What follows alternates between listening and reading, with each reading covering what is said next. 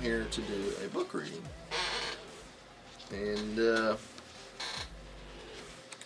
on the Eternal Guardian of Light. And this one's signed by a number of actors when he was working on the movie. And I'm going to start in chapter 2. This begins with a prologue, which discusses one of the characters is in the future, up in 2090, and how this highly advanced human affects things, and all the way back in time. But you'll have to read the book to find out what that's about. And chapter 1 deals with the main villain. His name is Glaxus. Glaxus originated in the lowest of dimensions as an elemental. He was an ancient of his kind, and he had never merged with another, kind of like you'd think of male and female. He had never merged with a female, so he was like a grumpy old man, you might say, and he had a lot of abilities. And there was a war from the higher dimensions, and some of these beings from the highest dimensions showed up in his dimensions, and the war being entailing the issues of over-control of the evolutionary worlds by those beings in the higher dimensions, and allowing free will instead of tight controls on evolution, the evolution of the dimensions. And so there's a war raging in the highest of dimensions over that topic. The beings on the side of the free will topic, instead of over control of the evolution of all the dimensions, they were going down through all the lower dimensions, and they was changing the genetics, freeing the genetics of the over controls, so they would freely develop, you might say. Allow whatever happened to happen, in other words. Freedom of individualism instead of tight controlled evolutionary over controls. So Glaxus experienced them come to his dimension and release their genetics, which freed him with all his vast abilities to begin to see. He looked back into their minds, these beings from higher dimensions. He looked into their minds, and he saw how they moved through dimensions. And when they released the over controls of his genetics, it freed him, and he began to burst into higher dimensions. It changed him in such a way that he began to crave the energies of being souls. So he began to move into higher dimensions, seeking souls to absorb the energy and sustain himself. He turned back and allowed the other elementals, which he felt kind of paternal towards, and they felt he was overly powerful, being an ancient one of their type, that he opened the pathways for them and helped them to move up into higher dimensions. So he ended up becoming their leader and later their king, you might say. And so they were conquering. They're very powerful beings, can move into forms, dig into the soul of the being, and begin to consume those souls for sustenance and power. They begin to evolve and grow faster and faster, and begin to conquer all the lower dimensions. And as, of course, things go over time, of course, they ran into Earth's dimension, which is considered the bottleneck to the higher planes in my story. So, anyway, on Earth, we have another character.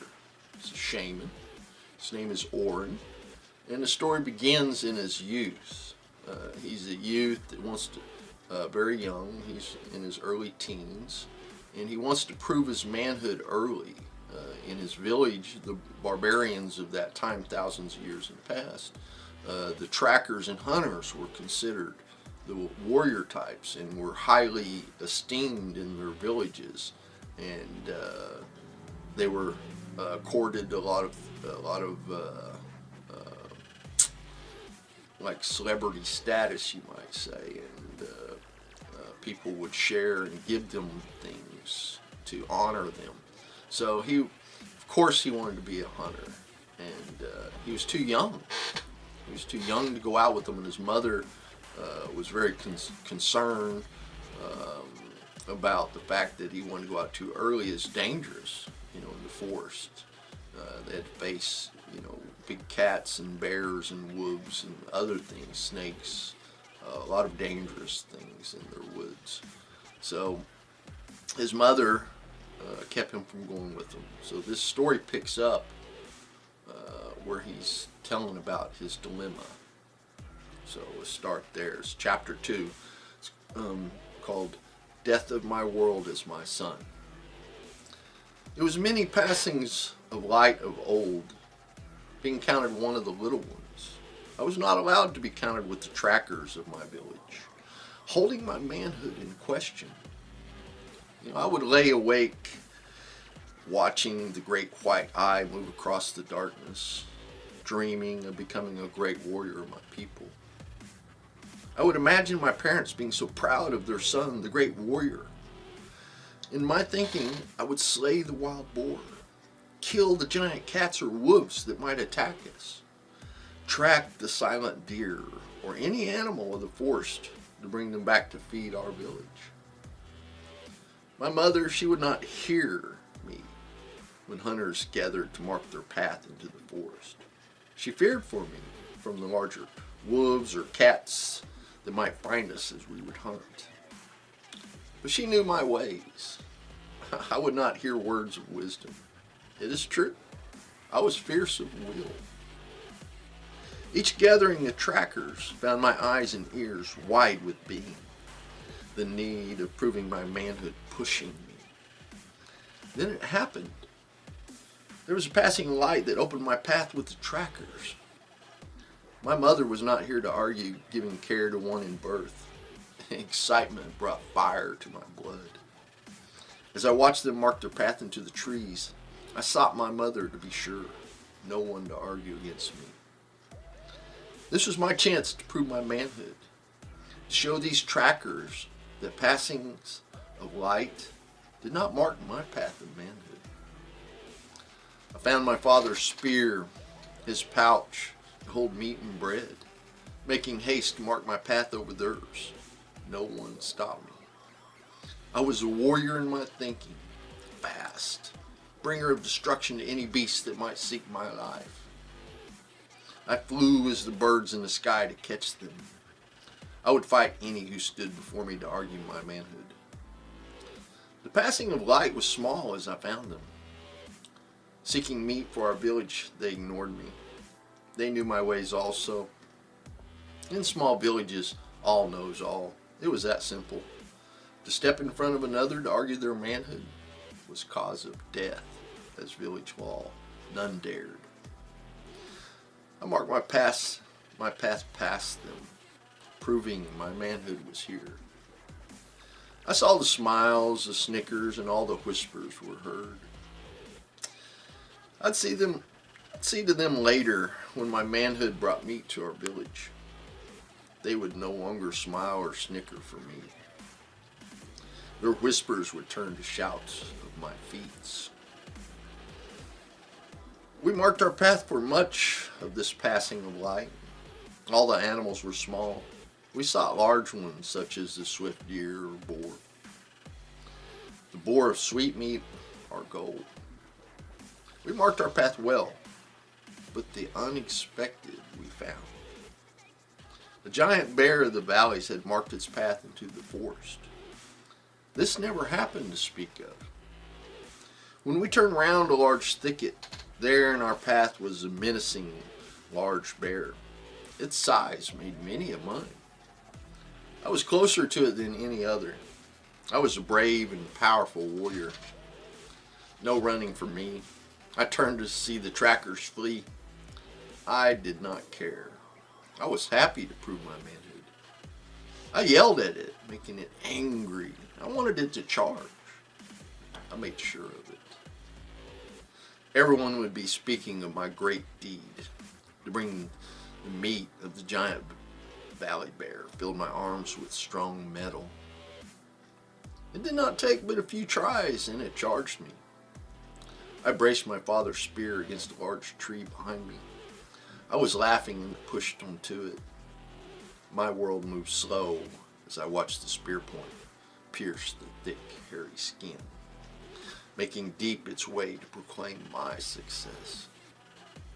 The roar of pain brought the hairs on my arm to stand tall. I began to fear when the shaft between my hands and the bear grew small, knowing the great valley bear was drawing near me. The large paw, bigger than my head, reached out to me. It began to tear into my chest as I was pinned to the tree. Its breath blew globs of ooze and blood on my face as it roared from the spear's sharp and deadly point. Those great eyes burning down from above craved to have my skin in its teeth. The pain moved through me, engulfing my whole being. I sank into the darkness, knowing my manhood was here. This was the dream that I craved, my name to be counted with the trackers. Even through the pain, I smiled, happy to be a man. So that's the story of how Orin, without and against his mother's permission,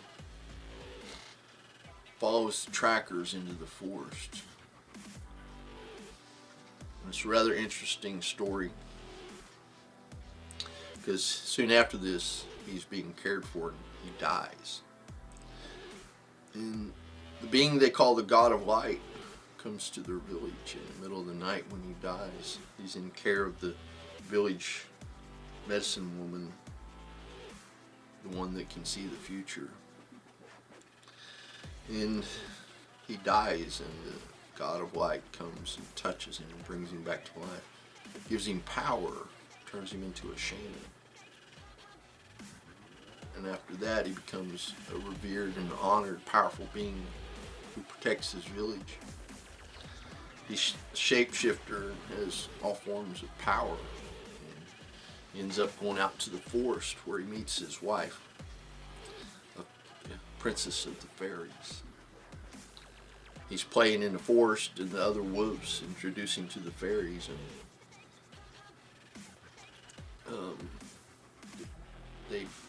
when they find out he's a shapeshifter instead of a wolf, they start hiding from him, which perturbs him. He wants to get to know the fairies, but they're scared of him. Then one day he continues to try to find the fairies and hang out with them because he's really attracted to them. And then one day he wakes up from a nap in the forest, and there's the princess of the fairies. And she's not scared of him. So he asks her why she's not scared. Anyway, they end up spending a lot of time together. Him shapeshifted as a wolf and her riding on his back. She takes him through the forest and shows him all kinds of wonders. And she decides she wants to be human so she can marry him. And her father, the king of the fairies, wants him to leave their forest. Brings an army to confront him, tells him to leave. Instead, he asks for his daughter's hand in marriage. The king of the fairy invites him to live with him while he gets to know him. And after a while, he sees all the good in Orin, this powerful shaman, this unassuming and humble shaman of good nature. So he grants his daughter's wishes.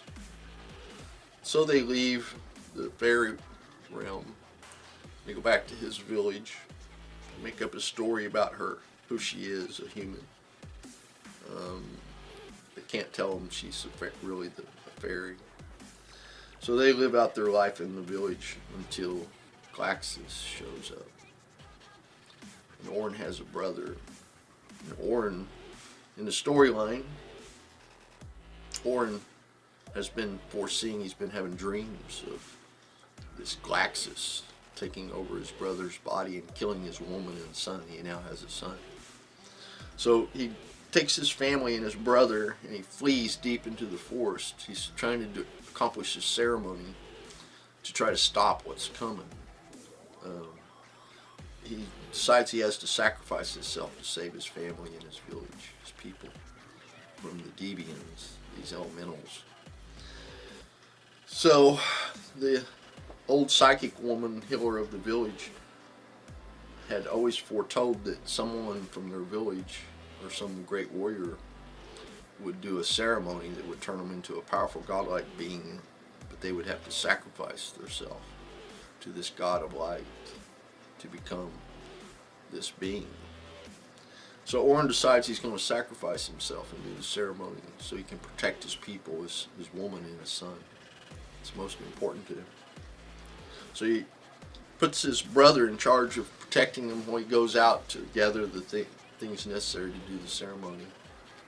His brother swears an oath that none shall harm his woman and his son until he returns.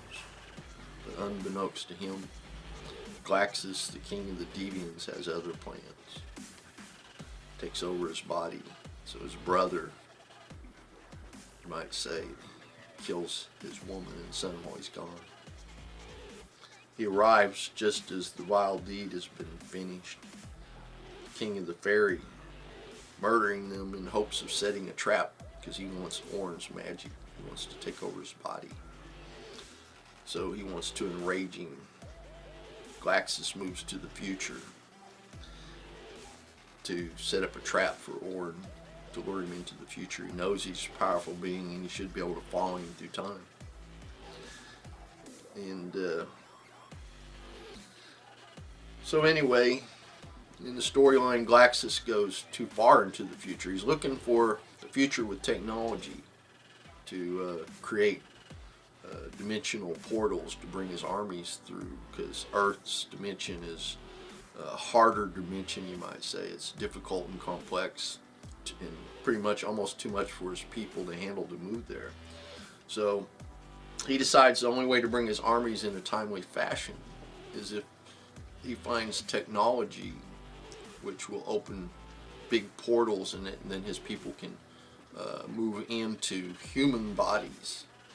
So he'll bring a few of his people through, take over bodies, and then he'll start kidnapping humans and putting them in pens to prepare for the dimensional technology that would open to allow hordes of his people to take over hordes of human bodies. So while he's doing that, Orin's doing the ceremony. Thinks he's sacrificing himself, but he ends up becoming what he thinks is the servant of the God of Light, the hand of justice on earth in time. But anyway, that's the beginning of the story. It's a wonderful story. Book 2 is out. It's called The Morantian.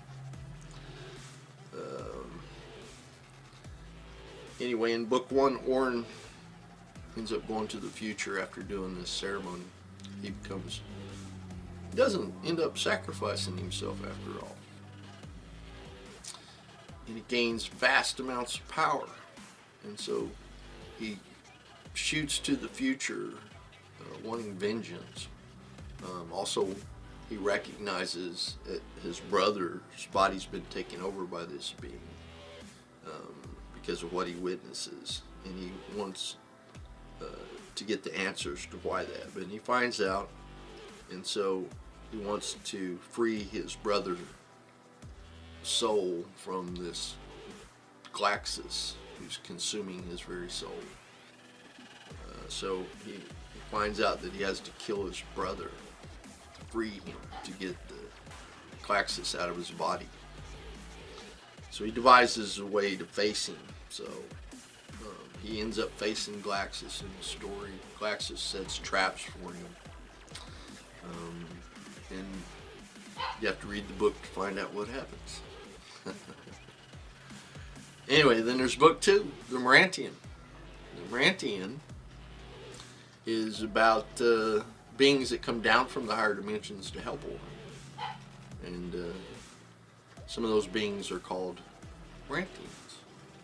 So we'll do a book reading on that next.